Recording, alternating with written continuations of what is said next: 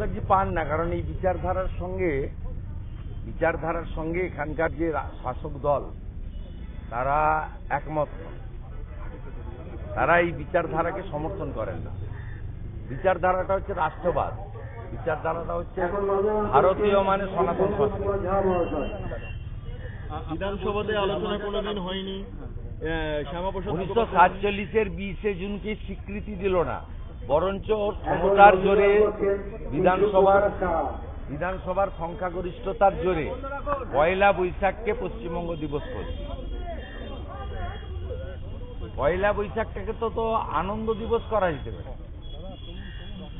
বাঙালি হিসেবে পয়লা বৈশাখকে যদি আমরা আনন্দ দিবস করে 47-এর যে ইতিহাস নথি তাকে স্বীকার করলে ক্ষতিকার।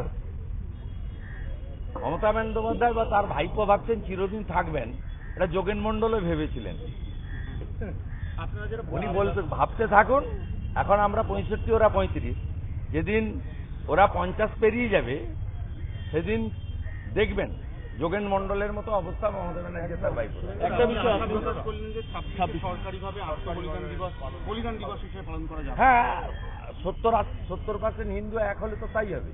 54% হিন্দু বিজেপিকে ভোট দেয়, 70% হিন্দু ভোট দিলেই সরকার হবে। এই যে 2 রাউন্ডের পরে যা পেয়েছি, তো মুসলিম এলাকা গণনা হচ্ছে, তার মধ্যে যে কটা হিন্দু বুথ বেরিয়েছে কালীগঞ্জে 80% ভোট ভারতীয় জনতা পার্টিকে দিয়েছে। যে কটা বুথ পেয়েছে, আমরা তো ওখানে জিতবো না, ওরা জিতবে।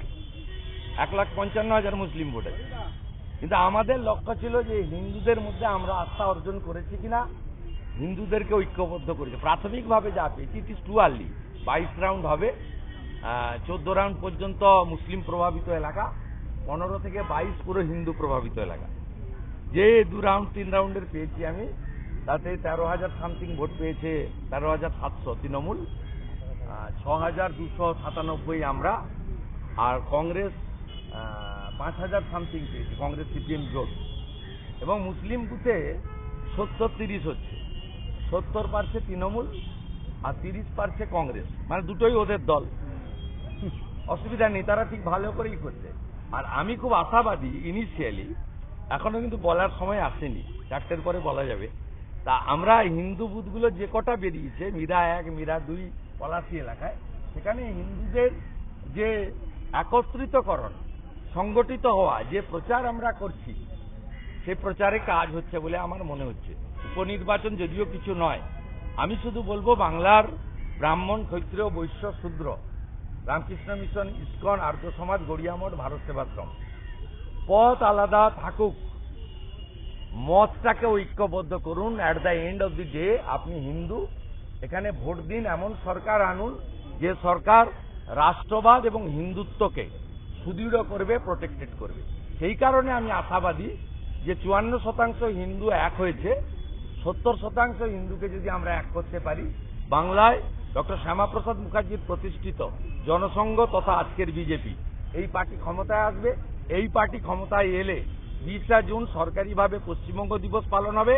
23 তারিখ আজকের দিন আত্মবলিদান হিসেবে পালন হবে। ডক্টর শ্যামাপ্রসাদ মুখার্জির মৃত্যু স্বাভাবিক নয়, তাকে মেরে ফেলা হয়েছে কারণ তিনি কাশ্মীরের জন্য লড়াই করেছেন। সেই জন্য গোটা ভারতবর্ষ বলে শ্যামাপ্রসাদ মুখার্জির বলিদান, এটা ইয়াদ রাখেগা হিন্দুস্তান, এটাই হচ্ছে কাজ। এবং এটা কখনো ভোলার নয়। উনি আওয়াজ তুলেছিলেন, এক দেশ, এক বিধান, এক নিশান, এক প্রধান। একটা দেশে দুটো পতাকা থাকতে পারে না।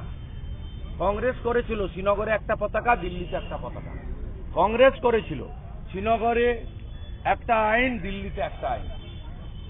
এই জিনিস চলতে পারে না। মোদিজি সেটা করে দেখিয়েছেন 370-35 বাতিল করে। বাকি কাজটা বাঙালি হিন্দুদের হাতে।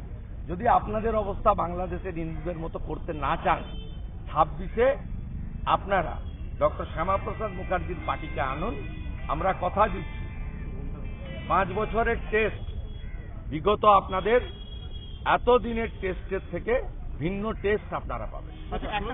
রথযাত্রার দিনে আপনারা আপনাদের মতো বিভিন্ন জায়গায় অনুষ্ঠান করতে রাজনৈতিকভাবে স্বতঃস্ফূর্তভাবে, তৃণমূল কর্তৃক বলতে এখানে দুর্গাপুজো হয়, সরস্বতী পুজো, রথযাত্রা হয়, আলাদা করে এটা কিন্তু রাজনীতি করার কি দরকার? হিন্দু ঐক্যবদ্ধ হবে তো। এই হিন্দুদের প্রোগ্রাম। জগন্নাথ দেবের রথযাত্রা তো অন্য ধর্মের লোকের প্রোগ্রাম নয়।